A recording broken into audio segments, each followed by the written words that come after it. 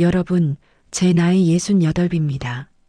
지금 저는 30만 원짜리 고시원에서 컵라면으로 끼니를 때우고 있습니다.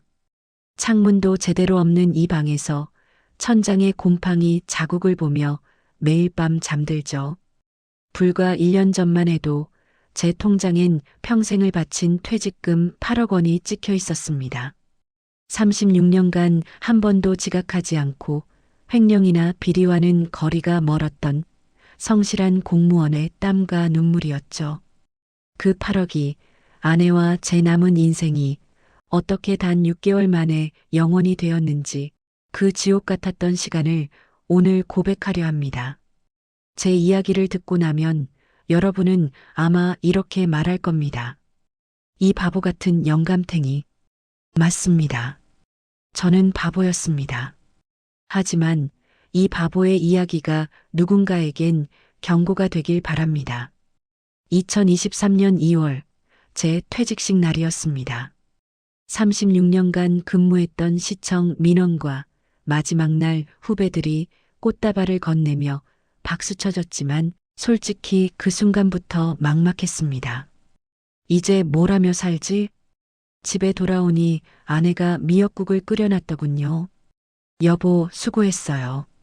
이제 우리 여행도 다니고 편하게 살아요. 아내는 웃었지만 저는 왜인지 그 웃음이 서글펐습니다. 성실한 공무원, 그게 제 평생의 훈장이었습니다. 하지만 퇴직하고 나니 그 훈장은 아무 쓸모가 없었습니다. 아침에 일어나도 갈 곳이 없고 저녁에 돌아와도 할 일이 없었죠. 매일 아침 7시에 일어나는 습관은 남아 있었지만 일어나자마자 할 게 없었습니다.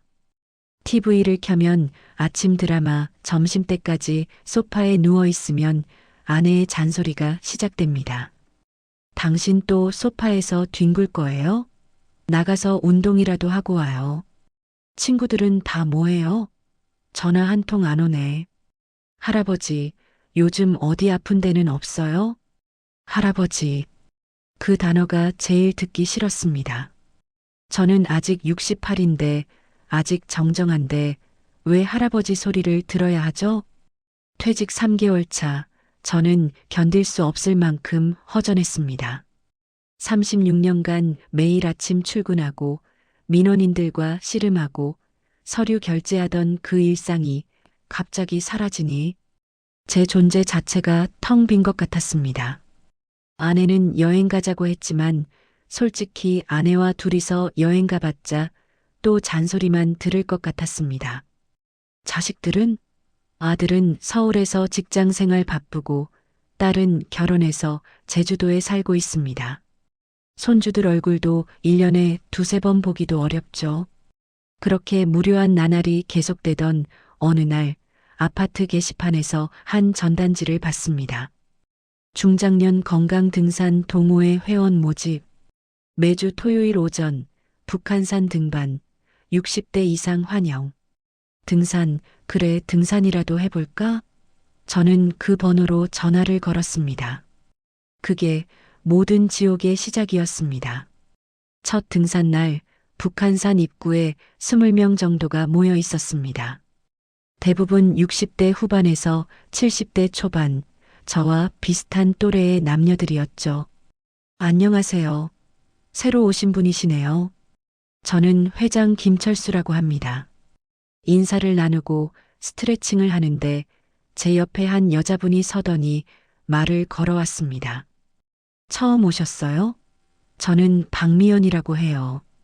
40대 후반으로 보이는 그녀는 등산복을 말끔하게 입고 있었습니다. 하얀 피부에 단정한 헤어스타일, 그리고 무엇보다 그녀의 목소리는 부드러웠습니다. 네, 처음입니다. 저는 박정호라고 합니다. 아, 정호님, 반가워요. 제가 오늘 옆에서 페이스 맞춰드릴게요. 처음엔 힘드실 수 있거든요. 등산을 시작했습니다. 처음엔 괜찮았는데 30분쯤 지나니 숨이 차오르기 시작했습니다. 그때 미연 씨가 제 옆에서 천천히 걸으며 말을 걸어왔습니다. 천천히 가세요. 등산은 빨리 가는 게 중요한 게 아니에요. 호흡이 중요하죠. 고맙습니다.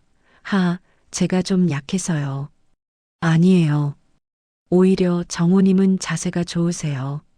뭐 운동하셨어요? 운동이라기보단 제가 공무원 생활을 오래 해서 자세는 좀 바른 편입니다. 공무원이셨어요? 어디서요? 시청에서 36년 근무했습니다. 얼마 전에 퇴직했죠. 와, 대단하시네요. 36년이면 정말 오래 하셨네요. 근데 퇴직하시니 어때요? 좀 허전하시죠? 그 질문에 저는 왠지 가슴이 뜨끔했습니다. 이 사람은 어떻게 제 마음을 아는 걸까? 맞아요. 솔직히 많이 허전합니다. 매일 뭘 해야 할지 모르겠더라고요. 그러시겠어요. 저희 아버지도 퇴직하시고 나서 많이 힘들어 하셨거든요. 정우님도 그러실 것 같아요. 미연 씨는 제 마음을 이해해 주는 것 같았습니다. 등산 내내 그녀는 제 옆에서 이야기를 들어줬습니다. 36년간의 공직 생활, 성실하게 살아온 이야기, 그리고 퇴직 후의 공허함까지. 정우님은 정말 멋진 분이세요. 요즘 그렇게 성실하게 사는 사람이 어디 있어요? 그 말에 제 심장이 두근거렸습니다. 아내에게선 들어본 적 없는 칭찬이었습니다. 등산이 끝나고 동호회 사람들은 근처 식당에서 점심을 먹었습니다. 저는 자연스럽게 미연 씨 옆에 앉았고 식사 내내 그녀와 이야기를 나눴습니다. 미연 씨는 무슨 일 하세요? 저요? 저는 수입 의류 사업을 하고 있어요. 작은 사업이지만 나름 재미있게 하고 있죠. 의류 사업이요? 대단하시네요. 대단한 건 정우님이죠. 공무원 36년, 정말 쉽지 않은 일이에요. 저 같으면 중간에 때려쳤을 거예요. 그녀의 웃음소리가 좋았습니다. 아내의 웃음소리는 언제부터인가 잔소리처럼 들렸는데 미연 씨의 웃음은 달랐습니다. 집에 돌아오니 아내가 물었습니다. 등산 어땠어요? 좋았어요. 다음 주에도 갈 거예요. 그래요? 당신이 운동을 꾸준히 하다니 신기하네. 아내는 더 이상 관심이 없는 듯 TV를 봤습니다. 저는 방으로 들어가 누워서 오늘 미연 씨와 나눴던 대화를 떠올렸습니다. 정우님은 정말 멋진 분이세요. 그 말이 계속 머릿속에 맴돌았습니다. 그 다음 주 토요일, 저는 아침 일찍 일어나 등산복을 챙겼습니다. 아내가 의아한 표정으로 물었습니다. 벌써 가요? 9시에 모이는 거 아니었어요? 일찍 가서 스트레칭 좀 하려고. 사실 일찍 가는 이유는 따로 있었습니다. 미연 씨를 만나고 싶었던 거죠. 북한산 입구에 도착하니 이미 미연 씨가 와 있었습니다. 어머, 정우님, 벌써 오셨네요? 네, 일찍 일어나서요. 미연 씨도 일찍 오셨네요. 저는 항상 일찍 와요. 등산 전에 스트레칭 좀 하고 커피도 한 잔 마시고 그러거든요. 정우님도 커피 드실래요? 좋죠. 우리는 근처 카페에 앉아 커피를 마셨습니다. 그때부터 우리의 대화는 더 깊어졌습니다. 정우님, 결혼 생활은 어때요? 그냥 그렇죠. 40년 넘게 살다 보니 이제 정도 없고 습관만 남은 것 같아요. 그런 거 알아요. 저도 남편이랑 비슷해요. 요즘 대화도 거의 안 해요. 미연 씨도 결혼하셨어요? 네, 했죠. 근데 남편은 사업 때문에 중국에 있어요. 1년에 한두 번 보는 게 전부죠. 사실상 따로 사는 거예요.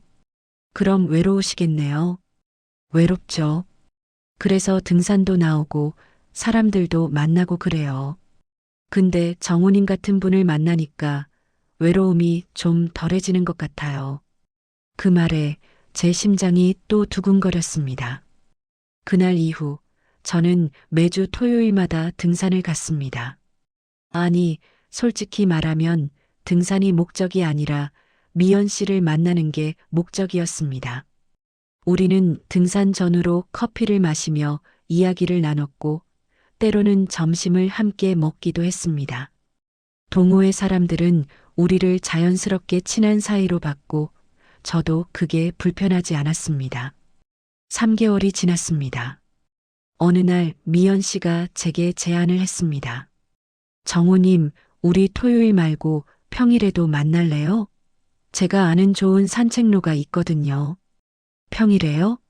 네, 토요일엔 사람들이 너무 많잖아요. 조용히 산책하면서 이야기 나누고 싶어요. 저는 잠깐 망설였습니다. 평일에 만난다는 건 이제 단순한 등산 동호회가 아니라는 걸 의미했습니다. 하지만 저는 고개를 끄덕였습니다. 좋아요. 언제 만날까요? 다음 주 수요일 어때요? 오전 10시에 한강공원에서 만나요. 알겠습니다. 집에 돌아와서 저는 아내에게 거짓말을 했습니다. 여보, 다음 주 수요일에 은퇴자 모임이 있어서 나가야 해요. 은퇴자 모임? 갑자기 무슨 모임이에요? 시청 퇴직자들끼리 모이는 모임이에요. 오랜만에 옛 동료들도 만나고 싶어서요. 그래요? 좋네요. 그럼 점심은 밖에서 먹고 오세요. 아내는 의심하지 않았습니다. 저는 안도의 한숨을 쉬었습니다. 수요일 저는 한강공원에서 미연 씨를 만났습니다. 그날부터 우리는 일주일에 한두 번씩 만나기 시작했습니다. 한강공원, 남산 산책로, 때로는 조용한 카페에서 미연 씨는 제 이야기를 들어줬습니다. 퇴직 후의 공허함, 아내와의 권태, 자식들의 무관심까지 그녀는 제 손을 잡으며 말했습니다. 정호님, 너무 힘들어하지 마세요. 정호님은 충분히 잘하고 계세요. 그 손길이, 그 위로가 저에겐 마약 같았습니다. 6개월이 지났습니다. 저와 미연 씨의 관계는 점점 깊어졌습니다. 우리는 거의 매일 문자를 주고받았고 일주일에 서너 번은 만났습니다. 정호님, 오늘 날씨 좋네요. 산책 갈까요? 좋아요. 어디서 만날까요? 여의도 한강공원 어때요? 벚꽃이 예쁠 거예요. 저는 그녀와 함께 있을 때가 가장 행복했습니다. 아내와 있을 때는 느낄 수 없는 설렘, 존중받는다는 느낌, 그리고 젊어지는 기분. 하지만 행복한 시간이 길어질수록 아내의 의심도 깊어졌습니다. 어느 날 저녁 집에 돌아오니 아내가 제 앞을 가로막았습니다. 당신 요즘 이상해요. 뭐가요? 비싼 향수 냄새 나고 옷도 신경 쓰고 매일 나가고 무슨 모임을 그렇게 자주 해요? 은퇴자 모임이라니까요. 친구들 만나는 거예요. 친구들? 당신 친구가 누가 있어요? 퇴직하고 나서 전화. 한 통 안 오던 사람들이 갑자기 왜 이렇게 자주 만나요? 아내의 목소리는 차갑게 식어 있었습니다. 저는 변명을 늘어놓았습니다. 여보, 내가 집에만 있으니까 답답해서 그래요. 나가서 사람들 만나야 건강에도 좋잖아요. 그래요? 그럼 다음엔 나도 데리고 가요. 당신 친구들 저도 인사하고 싶어요. 그건 남자들끼리 모임이라서요. 남자들끼리? 그럼 왜 당신한테서 여자 향수 냄새가 나요? 순간 제 심장이 멎는 것 같았습니다. 저는 얼버무렸습니다. 향수 냄새? 그건 아마 커피숍에서 옆 테이블 사람 냄새 아닐까요? 아내는 더 이상 말하지 않았습니다. 하지만 그날 이후 아내는 제 행동을 감시하기 시작했습니다. 오늘은 어디 가요? 몇 시에 돌아와요? 누구 만나요? 저는 점점 짜증이 났습니다. 왜 아내는 나를 믿지 못하는 걸까? 왜 나를 의심하는 걸까? 아내의 의심이 깊어질수록 저는 미연 씨에게 더 빠져들었습니다. 어느 날 미연 씨와 카페에서 커피를 마시는데 그녀가 조용히 말했습니다. 정호님, 요즘 표정이 안 좋으세요. 무슨 일 있어요? 아니에요. 그냥 집에서 좀 스트레스 받아서요. 부인이 눈치챈 거예요? 저는 고개를 끄덕였습니다. 네, 제가 요즘 자주 나가니까 의심하는 것 같아요. 미연 씨는 제 손을 잡았습니다. 정우님 미안해요. 저 때문에 힘드시죠? 아니에요. 미연 씨 때문이 아니에요. 원래 아내와는 대화가 없었어요. 미연 씨를 만나면서 제가 살아있다는 걸 느꼈어요. 그녀는 제 손을 꽉 쥐었습니다. 정우님, 저도 그래요. 정우님을 만나면서 외로움을 잊었어요. 정우님은 제게 특별한 사람이에요.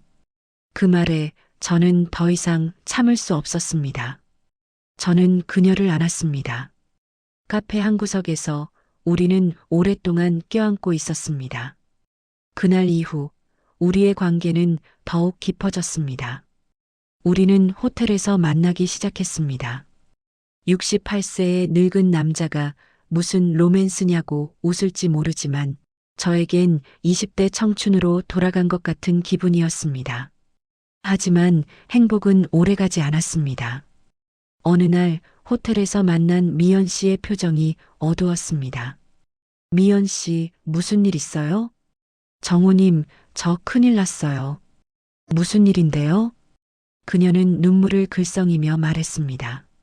제가 하는 수입 의류 사업이요. 이번에 큰 거래를 했는데 세관에서 물건이 묶였어요. 세관에서요? 네, 서류 문제로 물건이 통관이 안 돼요. 근데 이번 주 금요일까지 통관비랑 세금을 안 내면 물건이 전부 압류돼요. 얼마나 필요한데요? 5억이요. 5억. 저는 깜짝 놀랐습니다. 5억이요? 그렇게 큰 사업을 하셨어요?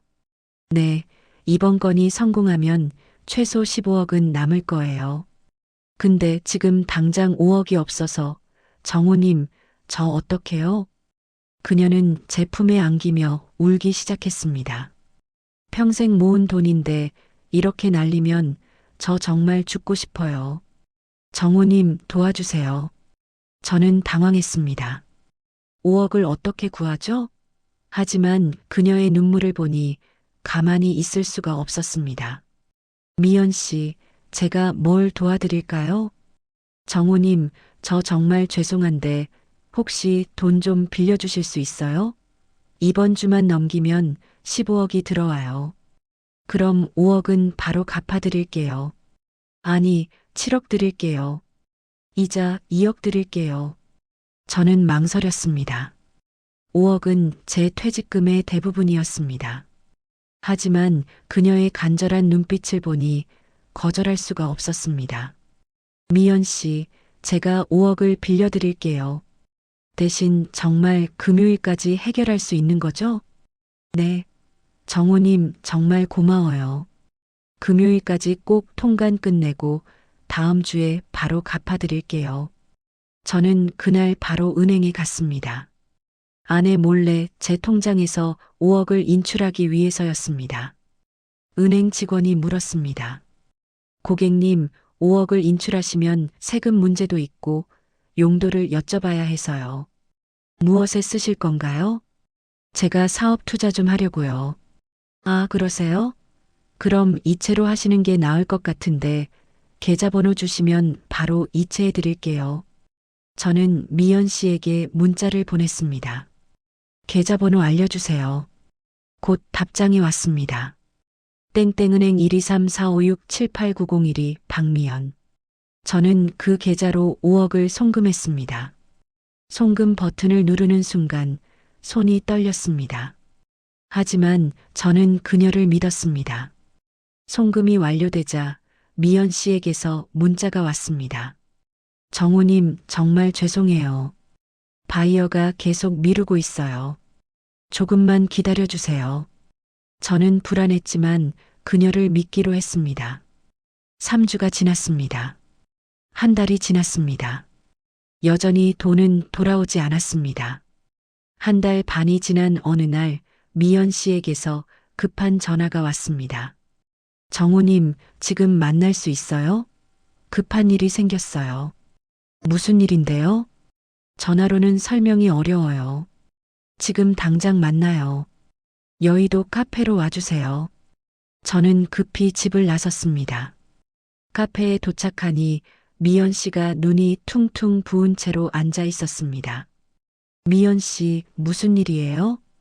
그녀는 제 손을 붙잡으며 떨리는 목소리로 말했습니다. 정우님, 큰일 났어요. 정말 큰일 났어요. 진정하고 말해봐요. 무슨 일인데요? 저번에 5억으로 통관한 물건이요. 바이어가 갑자기 계약을 파기했어요. 근데 지금 중국 쪽 공장에서 추가 물량을 보냈는데 이것도 세관에 묶였어요. 또요? 네, 근데 이게 더 큰 물량이에요. 이번엔 3억만 더 넣으면 저번 5억이랑 합쳐서 총 30억어치 물건이 나와요. 30억이요? 네, 정우님. 이번이 진짜 마지막 기회예요. 지금 3억만 더 넣으면 저번 5억까지 해서 총 10억을 드릴 수 있어요. 원금 8억에 수익 2억이요. 저는 머리가 복잡했습니다. 5억도 아직 못 받았는데 3억을 또 달라고? 하지만 그녀의 말대로라면 10억을 받을 수 있다는 거잖아요. 미연 씨, 근데 저번 5억은 언제 돌려받을 수 있어요? 정우님, 그게 지금 묶여 있어서 못 받는 거예요. 이번에 3억만 더 넣으면 다 풀려요. 그럼 30억어치 물건이 나오고 거기서 15억은 남으니까 정우님께 10억 드리고도 5억은 제가 가져가는 거예요. 저는 계산을 해봤습니다. 8억을 투자해서 10억을 받는다? 2억이 남는다? 나쁘지 않은 것 같았습니다. 근데 미연 씨, 정말 확실한 거예요? 이번에도 안 되면 어떡해요? 그녀는 제 손을 더 세게 잡았습니다. 정우님, 저 정말 거짓말 안 해요. 이번 주 금요일까지만 돈 넣으면 다음 주에 바로 물건 나와요. 제가 계약서도 다 가지고 있어요. 보여드릴까요? 계약서요? 네, 여기요. 그녀는 가방에서 서류 뭉치를 꺼냈습니다. 복잡한 영어와 중국어로 쓰인 무역 계약서였습니다. 저는 내용을 이해할 수 없었지만 그 두꺼운 서류 뭉치가 저를 안심시켰습니다. 보세요. 여기 총 물량 30억어치라고 나와 있잖아요. 정우님, 저 정말 사기꾼 아니에요. 진짜 사업이에요. 저는 고민에 빠졌습니다. 이미 5억을 넣은 상태에서 3억을 더 넣지 않으면 5억도 날리는 건가? 아니면 3억을 더 넣어서 10억을 받는 건가? 미연 씨, 근데 제가 3억을 어떻게 구해요? 제 통장에 남은 돈이 3억밖에 없는데. 정우님, 그럼 그 3억만 주세요. 제발이요. 이번이 마지막이에요. 다음 주에 꼭 10억 드릴게요. 저는 이성을 잃었습니다. 이미 5억이 물린 상태에서 3억을 더 넣지 않으면 모든 게 날아간다는 생각이 들었습니다. 저는 고개를 끄덕였습니다. 알겠어요. 3억 드릴게요. 정우님, 정말 고마워요. 진짜 고마워요. 다음 주에 꼭 갚아드릴게요.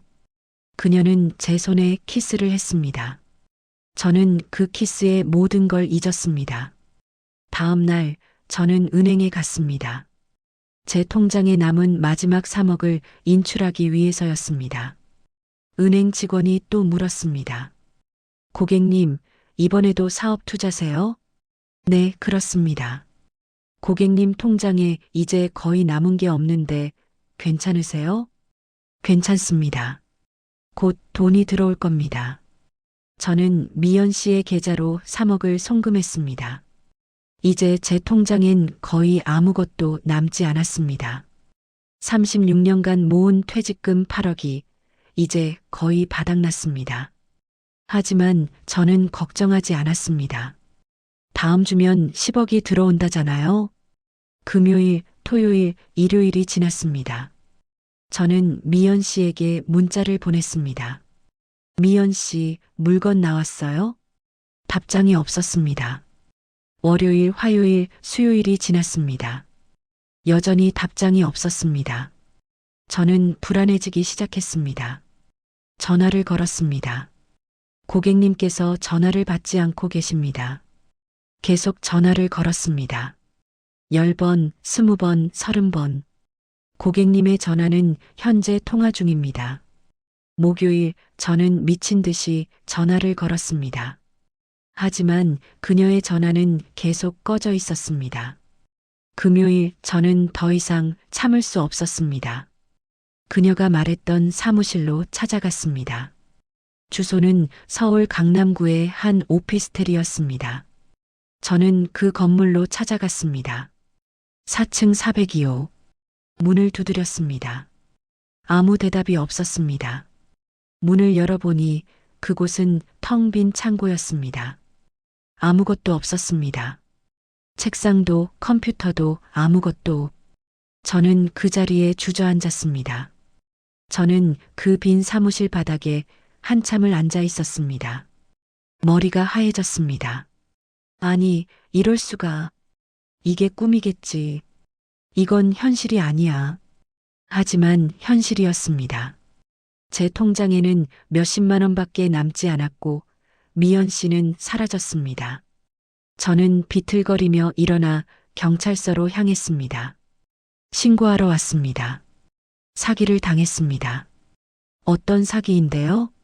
한 여자에게 8억을 빌려줬는데 사라졌습니다. 경찰은 제 이야기를 듣더니 한숨을 쉬었습니다. 할아버지, 요즘 그런 로맨스 스캠이 많습니다. 계좌 추적해 볼게요. 근데 이미 돈을 빼갔을 가능성이 높습니다. 계좌 추적하면 찾을 수 있나요? 글쎄요. 보통 이런 사기꾼들은 대포 통장을 쓰고 돈을 받자마자 다른 계좌로 분산시킵니다. 찾기 어려울 겁니다. 저는 절망했습니다. 8억이 제 평생이 그렇게 사라졌습니다. 집에 돌아가는 길 저는 몸이 후들거렸습니다. 아내에게 뭐라고 말하지? 어떻게 설명하지? 현관문을 열고 들어가니 아내가 거실 소파에 앉아 저를 기다리고 있었습니다. 왔어요? 응. 오늘 은행에서 전화 왔던데요? 은행에서요? 네, 통장 잔액이 거의 없다고 자동이체 할 게 많은데 확인 좀 하래요.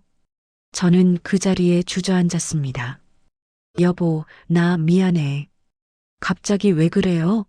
무슨 일 있어요? 저는 모든 것을 고백했습니다.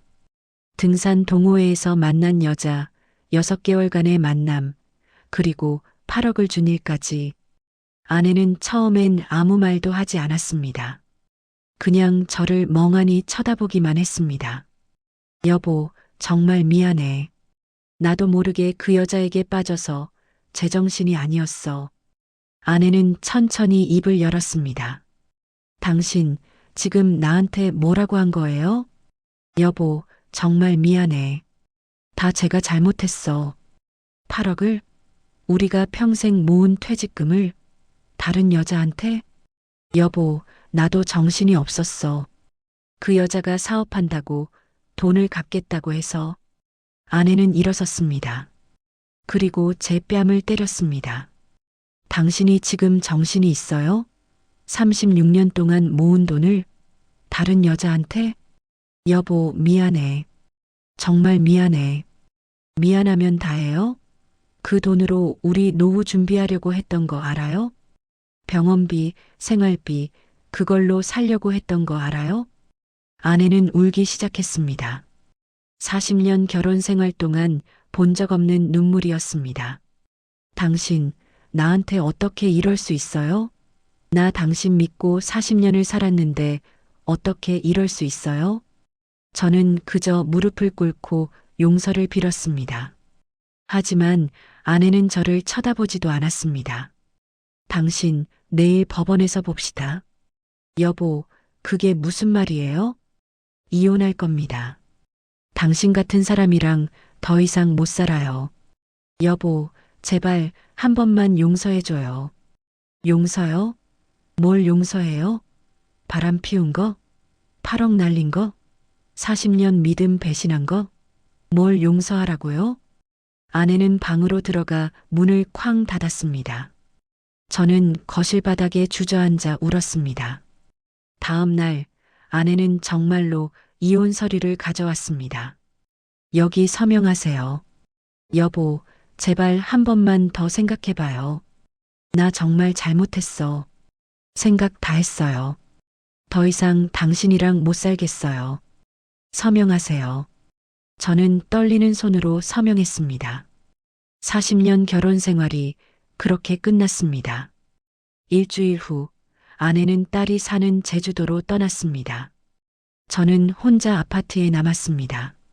하지만 아파트도 오래 있을 수 없었습니다. 아파트는 제 명의가 아니라 아내 명의였고 아내는 아파트를 팔겠다고 했습니다. 한 달 안에 나가세요. 아파트 팔 겁니다. 저는 갈 곳이 없었습니다. 자식들에게 연락했지만 아들도 딸도 제 전화를 받지 않았습니다. 아빠, 우리한테 연락하지 마세요. 엄마한테 들었어요. 아빠가 뭘 했는지. 우리 엄마 평생 고생시키고 이제 와서 바람까지 피우고 돈까지 날렸다면서요? 다신 연락하지 마세요. 자식들마저 저를 버렸습니다. 7부 고시원 생활 8,000-9,000. 한 달 후 저는 30만 원짜리 고시원으로 이사했습니다. 제 통장에 남은 돈은 100만 원 남짓, 그것으로 고시원비 30만 원을 내고 나머지로 생활해야 했습니다. 고시원 방은 2평도 안 됐습니다. 침대 하나, 책상 하나, 그게 전부였습니다. 창문도 제대로 없고 화장실은 공용이었습니다. 저는 매일 컵라면으로 끼니를 때웠습니다. 아침에 라면 하나, 점심에 라면 하나, 저녁에 라면 하나. 가끔 편의점에서 할인하는 삼각김밥을 사 먹는 게 유일한 사치였습니다. 밤이면 옆방에서 젊은 청년들의 게임 소리가 들렸습니다. 욕설과 웃음소리, 그리고 키보드 두드리는 소리. 저는 천장에 곰팡이 자국을 보며 생각했습니다. 어쩌다 이 지경까지 왔을까? 36년간 성실하게 살았습니다. 한 번도 거짓말하지 않았고 한 번도 남을 속이지 않았습니다. 그런 제가 어떻게 이렇게 됐을까요? 저는 매일 후회했습니다. 미연 씨를 만나지 말았어야 했다고, 등산 동호회에 가지 말았어야 했다고, 아내에게 거짓말하지 말았어야 했다고. 하지만 후회해도 소용없었습니다. 돌아갈 수 없었습니다. 어느 날 고시원 복도에서 한 젊은 청년이 저에게 물었습니다. 할아버지, 여기서 얼마나 사셨어요? 한 달쯤 됐네. 할아버지도 백수세요? 뭐, 그렇다고 할 수 있지. 저도 백수예요. 하, 우리 처지가 비슷하네요. 저는 쓸쓸하게 웃었습니다. 68세 퇴직 공무원이 20대 백수 청년과 같은 처지가 됐다니. 어느 날 저는 미연 씨를 찾아보기로 했습니다. 8억을 그냥 포기할 수는 없었습니다.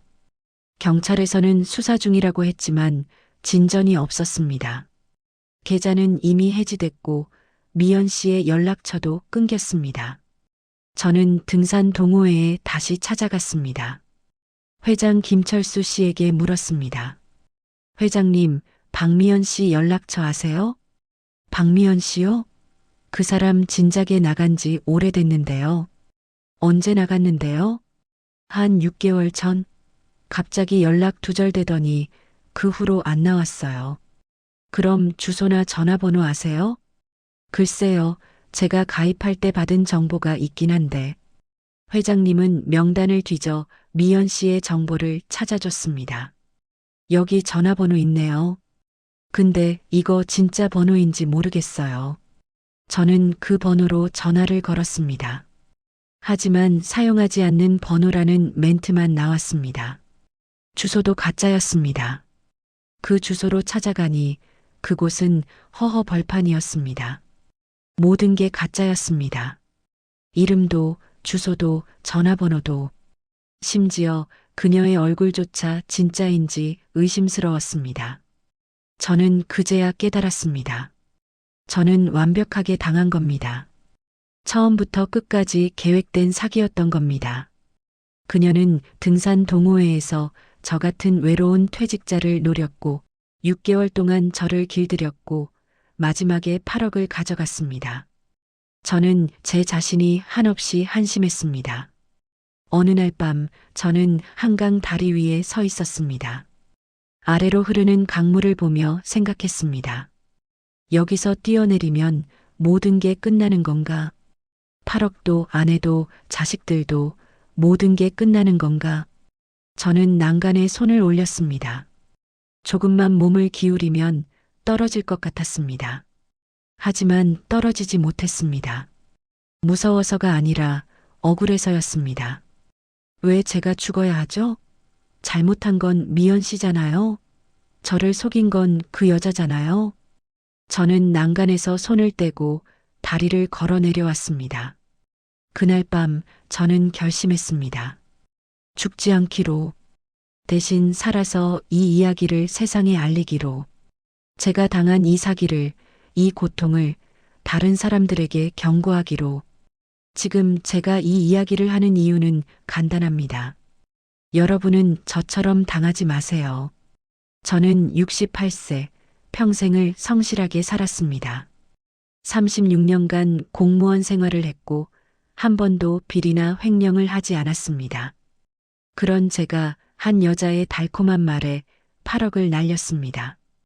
여러분, 특히 퇴직하신 분들 혹은 외로운 중장년 분들께 말씀드립니다. 첫째, 갑자기 다가와서 칭찬하고 위로하는 사람을 조심하세요.